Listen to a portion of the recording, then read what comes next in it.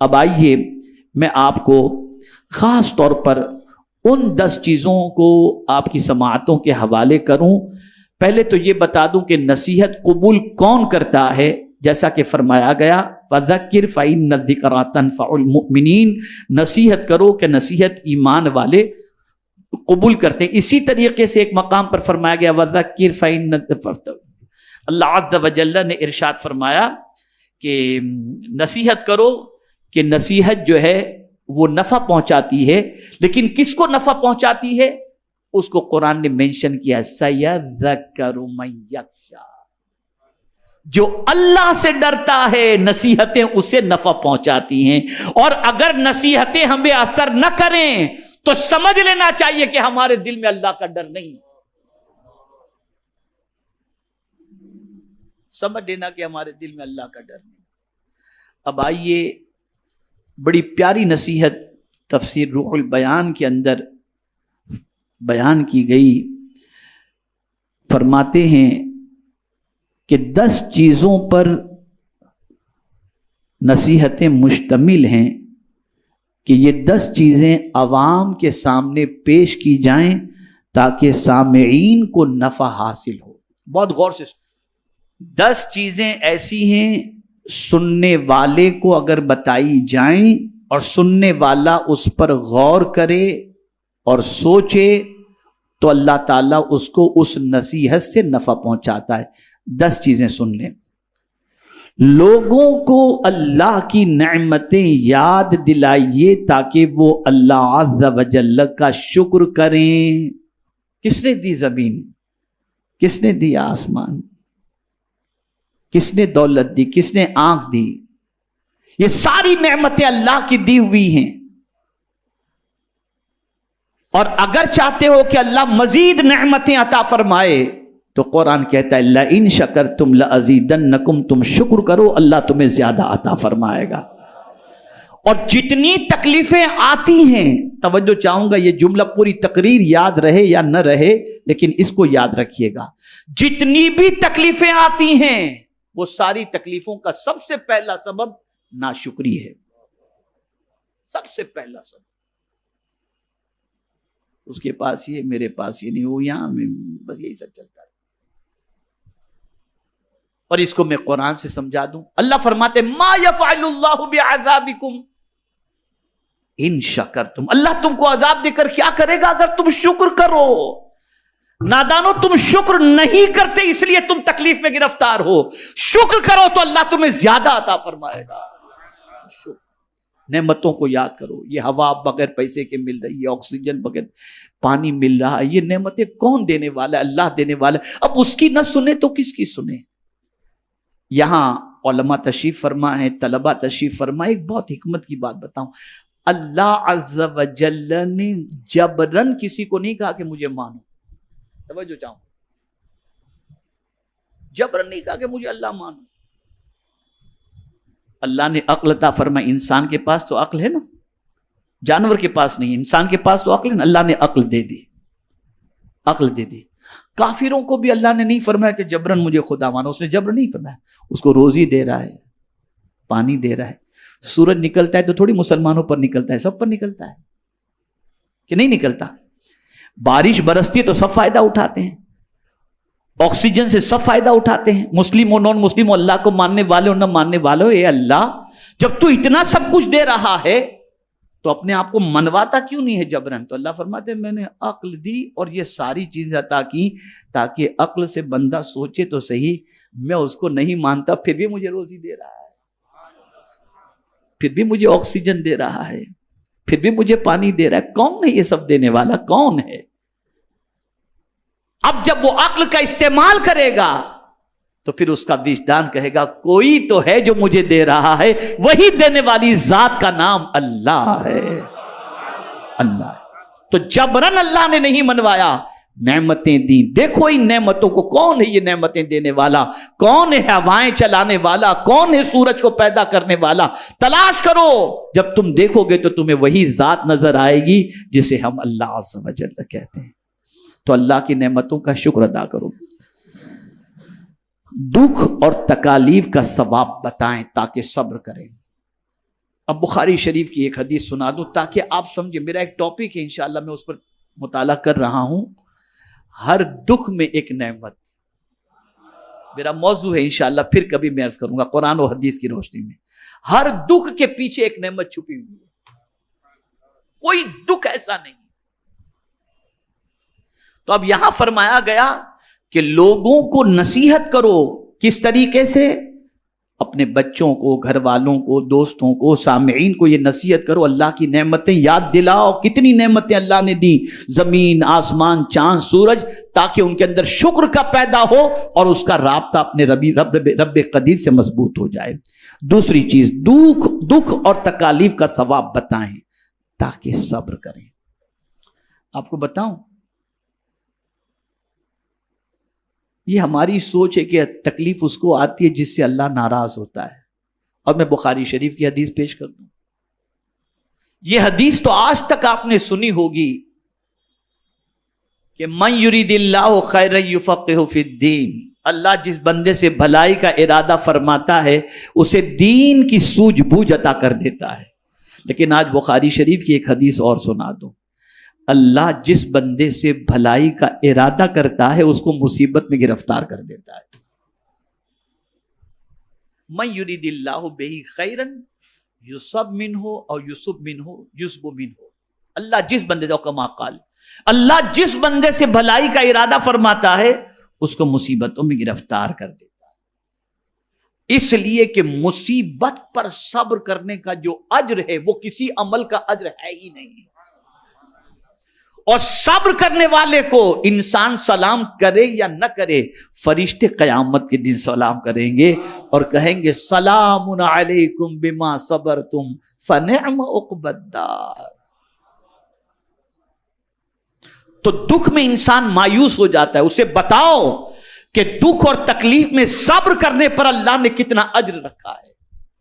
تیسری چیز، گناہوں کی سزا اور عذاب سنائیں تاکہ گناہوں سے باز آ جائیں اور ان سے توبہ کریں. وہ لوگ جو گناہوں میں ڈوبے ہوئے ہیں ان کو بتاؤ کہ گناہوں کا عذاب کیا ہے اور گناہوں کی وجہ سے اللہ عز و جل کیا سزا عطا فرمانے والا ہے، تاکہ بندہ اس سے بچنے کی کوشش کرے. اسی طریقے سے ہمارا سب سے بڑا دشمن کون ہے؟ تو قرآن کہتا ہے ان الشیطان للانسان عدو مبین، کہ بے شک شیطان انسان کا کھلا ہوا دشمن ہے. اب اس کے مکر و فریب، اس کی چال، اس کی عیاری، اس کی مکاری یہ بتاؤ تاکہ لوگ اس کے مکر سے بچیں. تو فرمایا گیا شیطان کے مکر و فریب بتائیں تاکہ اس سے ڈر کر کے بچ جائیں. میرے پیارے آقا صلی اللہ علیہ وسلم، یہ پیارے دیوانوں، اسی طریقے سے انسان کا دل سخت ہونے کی ایک سب سے بڑی وجہ یہ بتائی گئی، دنیا کی محبت. یہ جس دل میں پیدا ہو جائے وہ بہت سخت دل ہو جاتا ہے. اتنا سخت دل ہو جاتا ہے کہ پھر کسی کے قتل پر بھی آمادہ ہو جائے گا، کسی کا مال کھانے پر بھی آمادہ ہو جائے گا، اور بڑھتے بڑھتے یتیم کا بھی کھا جائے گا، مسکین کا بھی کھا جائے گا، بیوہ کا بھی کھا جائے گا، سب کا کھا جائے گا. یہ ہے دنیا کی محبت. ایسے انسان کا دل بہت سخت ہو جاتا ہے. اسی لیے حضور صلی اللہ علیہ وسلم نے صحابہ کے قلب کا جو تزکیہ فرمایا اس میں سب سے پہلے حب دنیا کو ان کے دل سے نکالا. تو فرمایا گیا دنیا کی بے ثباتی اور بے وفائی سمجھائیں تاکہ اس میں دل نہ لگائیں لوگ. بتاؤ یہ دنیا ختم ہونے والی ہے، دنیا پرماننٹ رہنے والی نہیں. دنیا پرماننٹ رہنے والی.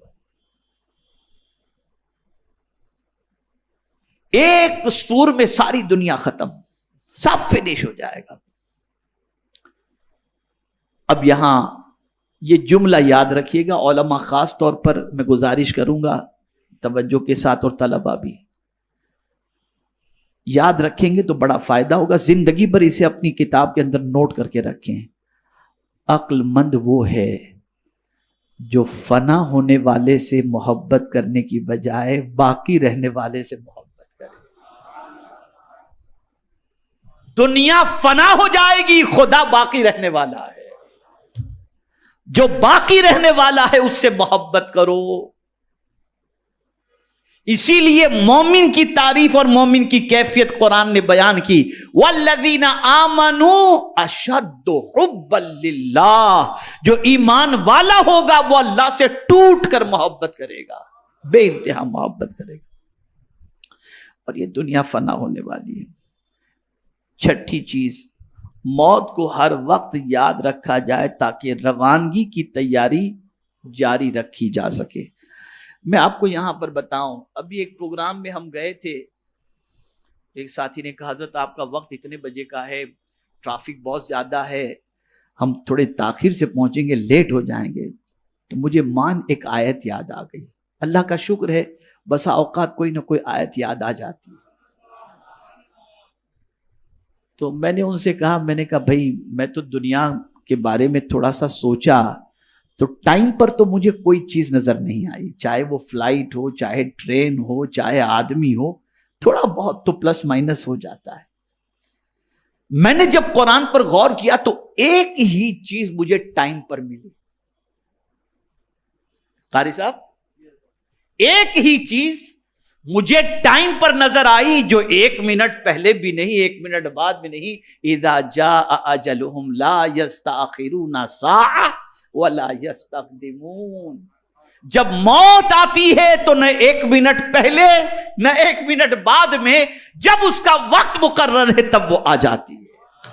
تو ٹائم پر ایک ہی چیز ہے, باقی کوئی چیز ٹائم پر نہیں.